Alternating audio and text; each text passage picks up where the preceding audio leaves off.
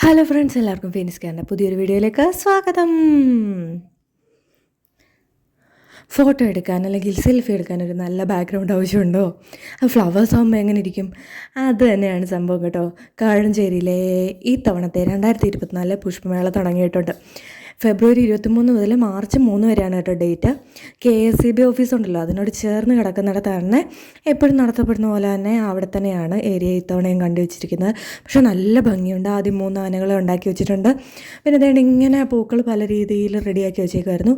കൂടുതൽ ഈ പുല്ല് പോലെ ഇരിക്കുന്നത് പ്ലാസ്റ്റിക്കാണ്, എന്നാൽ അല്ലാത്തതും ഉണ്ട് കേട്ടോ. വെള്ളം ഒഴിച്ച് നനയ്ക്കുന്ന തരത്തിലുള്ള പച്ചപ്പ് പോലത്തെ അവിടവും കൂടെ ഉണ്ട്. ഈ വള്ളത്തിലൊക്കെ ഒടിച്ചിരിക്കുന്ന പ്ലാസ്റ്റിക്കായിരുന്നേ. പക്ഷെ നല്ല ഭംഗിയുണ്ട്.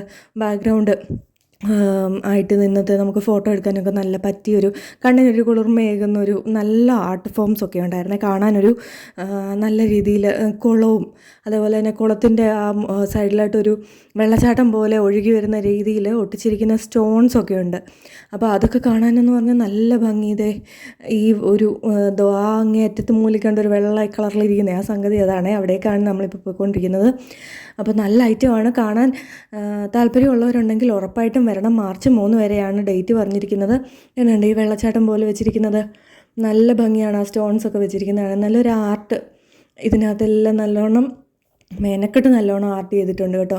കുറച്ചേ ഉള്ളൂ സംഭവം, പക്ഷേ കാണാൻ കണ്ണിനൊരു കുളിർമയൊക്കെ കേൾക്കുന്നത്. ഇത് കണ്ടോ, പാലം പോലെ ഇട്ടിട്ട് അപ്പുറത്ത് കിടക്കാൻ വേണ്ടിയിട്ട് അതിൻ്റെ ഇടയ്ക്ക് പൂക്കളൊക്കെ ഉണ്ട് കേട്ടോ. എന്ത് പോവാന്നൊന്നും എന്നെ അടിച്ചു നോക്കില്ല, എനിക്കറിയില്ല. ഇതിന് നല്ലൊരു വെള്ളച്ചാട്ടം ഉണ്ടായിരുന്നു, അതും കാണാൻ സൂപ്പറായിരുന്നു കേട്ടോ.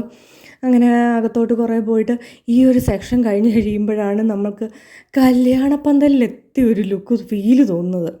ഇവിടെ ഇപ്പം ഇങ്ങനെ തന്നെ ചെടികൾ വെച്ച് അലങ്കരിച്ച് ഇങ്ങനെ അങ്ങ് പോകുമായിരുന്നു. ആദ്യത്തെ ആ ഒരു ഭാഗത്തെ പലതരം ചെടികൾ അവിടെ ഇവിടെ അപ്പുറം ഇപ്പുറം സ്റ്റാറിൻ്റെ ഷേപ്പ്, ചുമ്മാ റൗണ്ട് ഷേപ്പുകൾ, അത്തപ്പൂട്ട പോലെ അങ്ങനെയൊക്കെ ആയിരുന്നു വെച്ചിരുന്ന ചെടികൾ. പിന്നെ വേണ്ട ഇങ്ങനെ കൊട്ടകളൊക്കെ കണ്ട് നല്ല ഭംഗി. പണ്ടത്തെ ഒരു ഇത് ഒന്ന് എടുത്ത് കാണിക്കാൻ വേണ്ടിയുള്ളൊരു ലുക്കൊക്കെ വന്നപ്പം അതൊക്കെ കഴിഞ്ഞിട്ട് വേണ്ട ഇവിടോട്ട് കയറുമ്പോഴാണ് കണ്ട ഒരു കല്യാണപ്പന്തൽ കയറിയൊരു ഫീലായിരുന്നു. ഇത് കണ്ടോ, എന്ത് ഭംഗിയാണ്. ഡ്രാഗണിൻ്റെയൊക്കെ ഇതുണ്ടാക്കി വെച്ചിരിക്കുന്നത് ഫോം ഷീറ്റൊക്കെയാണെന്ന് തോന്നുന്നു കേട്ടോ, പക്ഷെ തൊട്ട് നോക്കിയിട്ട്. പിന്നെ ഇതേ കണ്ടോ നമ്മുടെ ബാക്ക്ഗ്രൗണ്ടിൽ കല്യാണപ്പെണ്ണും ചെറുക്കനും ഇരിക്കുന്നിടത്തില്ലേ, ആ ടൈപ്പ് സംഗതികളൊക്കെ കുറേ ഉണ്ട്. ഇവിടെ ഒറിജിനൽ ഫ്ലവേഴ്സും പ്ലാസ്റ്റിക്കും ഉണ്ടായിരുന്നേ ഈ ഒരു ഏരിയയിൽ തന്നെ. അപ്പോൾ അതൊക്കെ എനിക്ക് ഒത്തിരി ഇഷ്ടപ്പെട്ടിരുന്നു. അപ്പം അത് കുറേ കഴിഞ്ഞിട്ട് പിന്നെ കടകളൊക്കെ ആയിരുന്നു കേട്ടോ.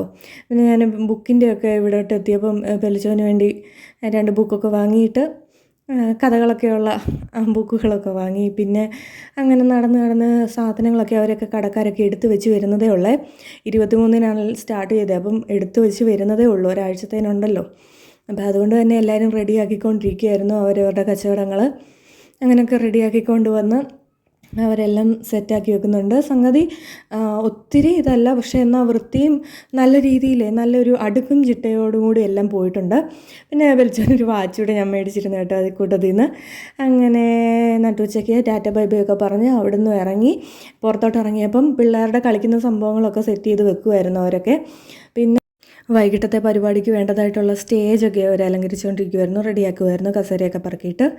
അപ്പോൾ വരാൻ ആഗ്രഹം ഉണ്ടെങ്കിൽ മറക്കല്ലേ. ഫെബ്രുവരി 23 മുതൽ മാർച്ച് 3 വരെയാണ് ഡേറ്റ്.